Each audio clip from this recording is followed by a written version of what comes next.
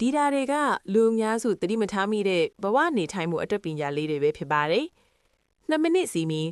အချိန်2 မိနစ်လောက်ပဲပေးရမယ်အလိုမျိုးဆိုရင်ခဏနေမှလူမရွှေ့ဆိုင်ပါနဲ့။ဥပမာဖျားပန်းလဲတာဖနက်စင်ပေါ်တင်တာစပွဲထုတ်တာမျိုးတွေကိုချက်ချင်းလုပ်ပါ။အလုပ်တွေပုံမလာတော့ပဲစိတ်ကြီးလန့်တာကိုတွေ့ရပါလိမ့်မယ်။90စက္ကန့်စီမင်း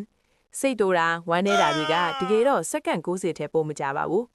အဲ့ဒီထက်ပိုကြနေတာကငါတို့ကအဲ့ဒီအကြောင်းကိုပဲတနုံနုပြန်တွေးတယ်လို့ပါစိတ်ဆိုးစရာကြုံလာရင်ဘာမှမတုံ့ပြန်ပဲ90အထိစိတ်ထဲကရေသွက်ပြီးအသက်ဝဝရှူပါစိတ်ပြန်ငြိမ်သွားပါလိမ့်မယ်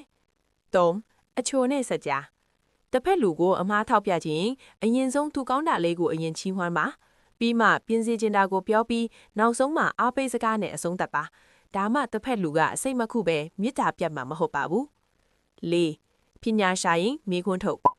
စာဖတ်တဲ့အခါပညာသင်တဲ့အခါအလွတ်ကျက်နေတာထက်ကိုပြန်မေးခွန်းထောက်တာကပိုမဲ့မိစေပါတယ်။တခါဖတ်ပြီးအကုန်ရရမယ်လို့မတွေးပဲရက်အနှဲငယ်ချပြီးမှတခါပြန်နှွေးတာကအုံနောက်ထဲပိုဆွေးမြဲစေပါတယ်။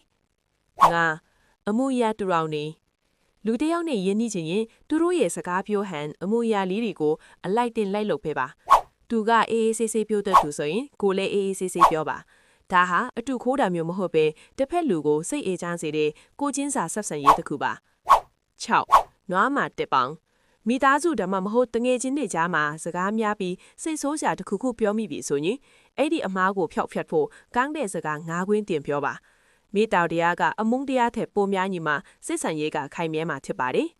ဒီအချက်လေးတွေကတခုခုကိုလက်တွေ့ချင်းသုံးကြည့်ရင်တောင်တင်းဘဘကတိတိတတ်တာပြောင်းလဲလာ